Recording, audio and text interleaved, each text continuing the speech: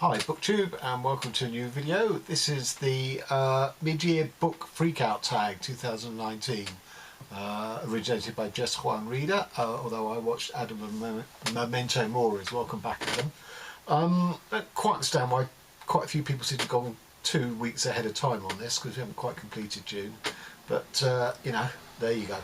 Okay, so just to give you my reading stats up to today, which is something like the 15th of June.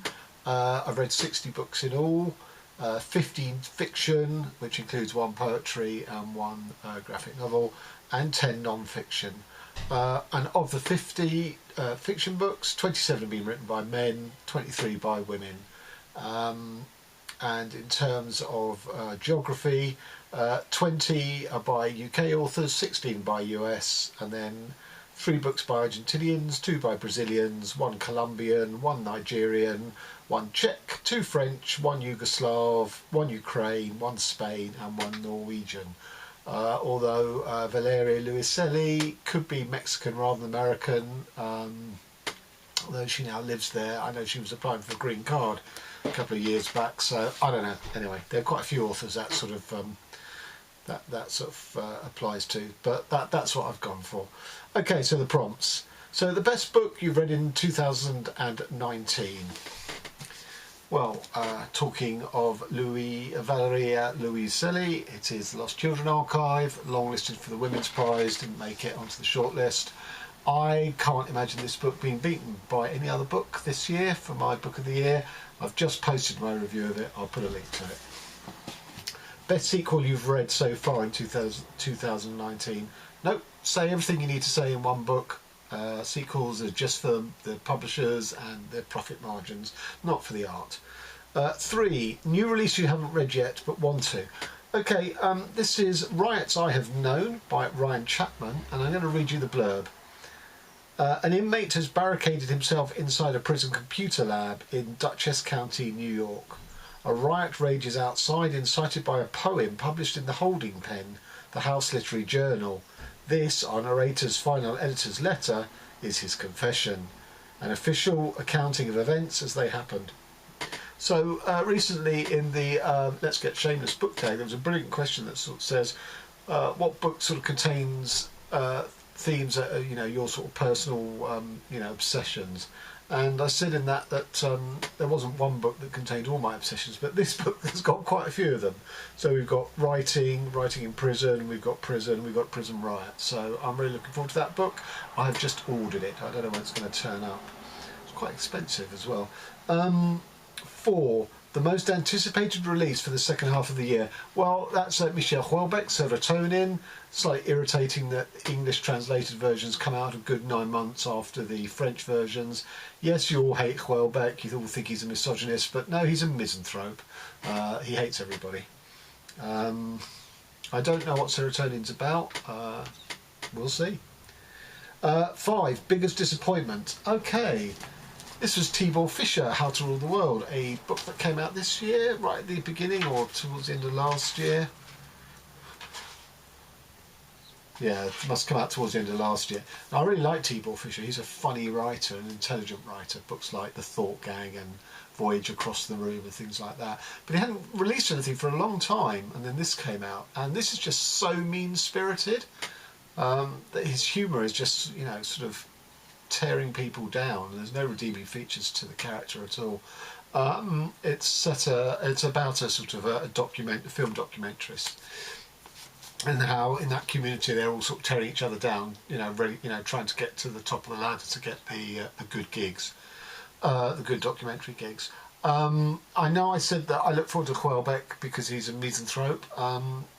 That's qualitatively there's something different. You know, Houellebecq's misanthropy is entertaining, is enlightening, and is full of insight. This was just mean-spirited. 6, the biggest surprise. Well, that is The Years by Annie Ernaux. I don't know quite what that staining is. Chocolate, I should think.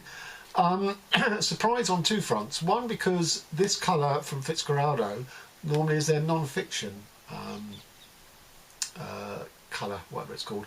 But in fact, this was entered for the Man Booker International Prize, therefore it has to be fiction. And I know Annie Ono herself regards it as fiction, but for marketing purposes, boo hiss, Fitzcarraldo said, no, this is non-fiction. But anyway, it's a memoir, and I never read memoirs, but what's so ingenious about this is that it's a memoir of the country France as Ernaud grows up and gets older in it. So it's her personal memoir, but it's also a memoir of France, and it's brilliant. It's just a stupendous piece of writing, and will definitely get in my top 10 of the year. So it's a surprise because I don't like memoir, and that's a memoir. 7, favourite new author, debut or new to you? Well, I don't have a favourite that I've come across this year, but I've got 2 authors I'm interested to read more of, and see how we get on. One is Plume by Will Wiles. This is his 3rd novel, came out this year, and this is a really good book with despite the main character being someone that I did not like at all and didn't enjoy reading, because he's an alcoholic basically. But there was enough in the book and its themes and its sort of insight and its treatment. It's about London really, that I thought this is an interesting writer, so I'm going to go back and track down his other 2 books. And Old Baggage by Lisa Evans. I know Sean the Bookmaniac hated this, but I really enjoyed it. I like the tone, which I know Sean also said, despite him not liking the book, he did like the authorial sort of style and tone.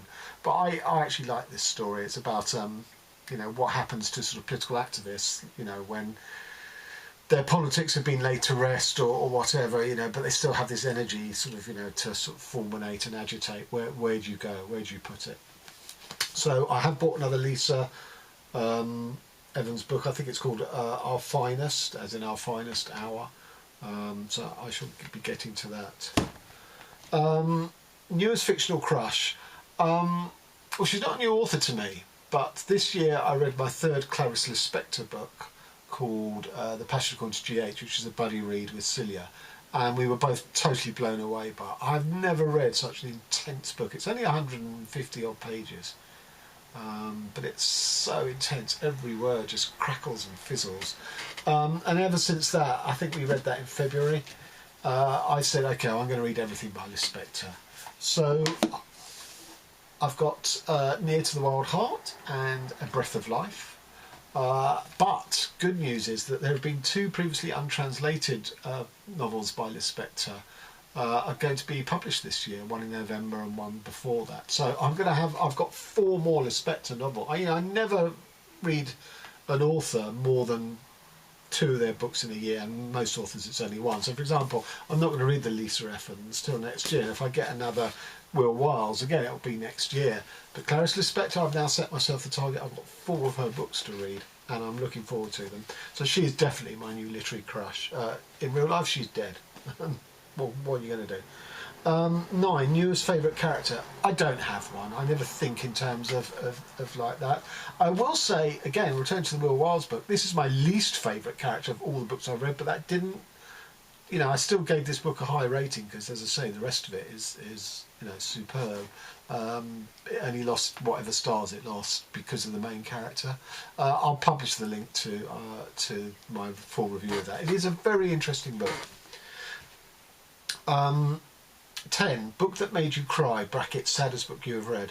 Well, like everyone proclaims on this tag, I don't cry when I read books. But if you watch my Booktube review of this, I think you'll detect the emotion in my, towards the end of my review of it. I mean, this did move me immensely. 11, book that made you happy.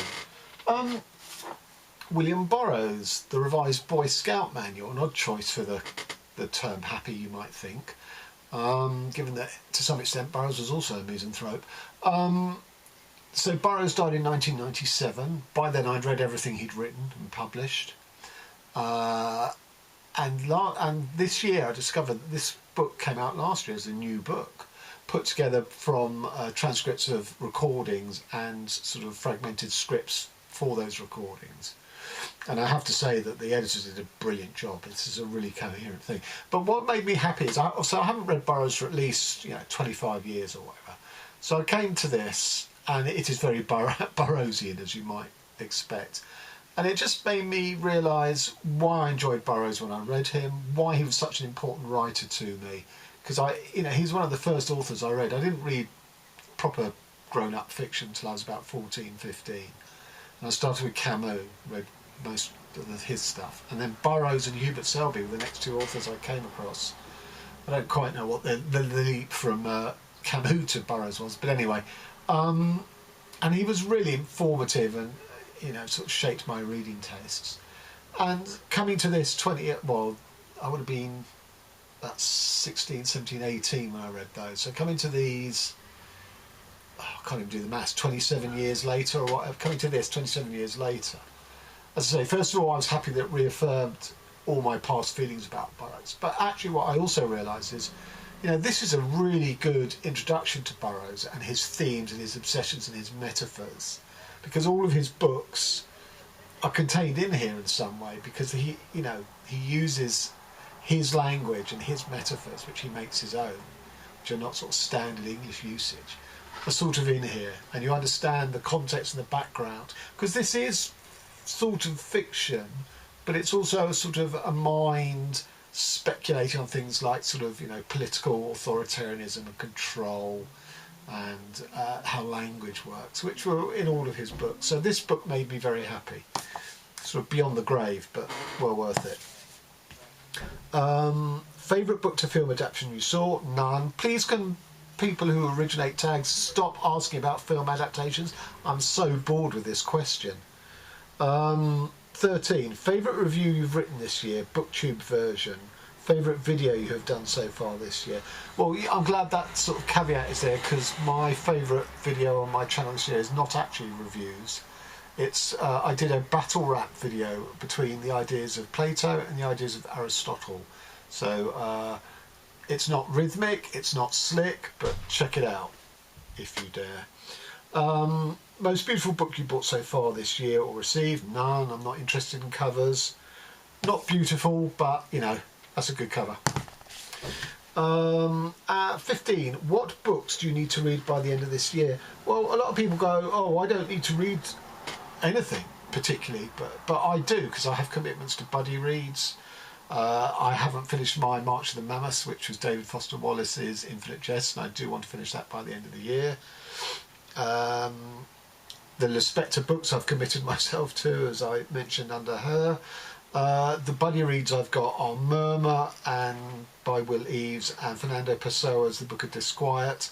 Both of those are with Celia. Murmur's also with Tina, and The Book of Disquiet's also with Elizabeth at Bookish North. Murmur we have a date for, which is the 7th of July. We do not have a date for the Pessoa. What else? Oh yes, Kent Harouf's Benediction, because that's the last book in Jason Old Blues Chapter and Verses online course about death in literature. First of all, I wouldn't have heard of that book without Jason turning me onto it last year when I bought it, but I haven't got around to reading it. And now I can't read it until December, when Jason's actually going to cover it on his course. And the last one I feel that I have to read this year is Perfidious Albion by Sam Byers. And the reason I feel I have to read that this year is because it's a political satire. And the nature of sort of political literature is, it's very time sensitive, I think. They say a week is a long time in politics.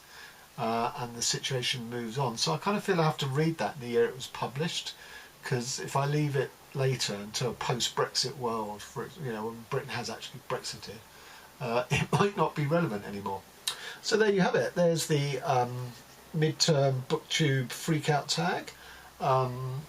Lots of people have been doing this. Lots of people have been tagged. If you feel like doing it and you have a Booktube channel, please go ahead and do it. Consider yourself tagged. Yeah, thanks very much. Till next time.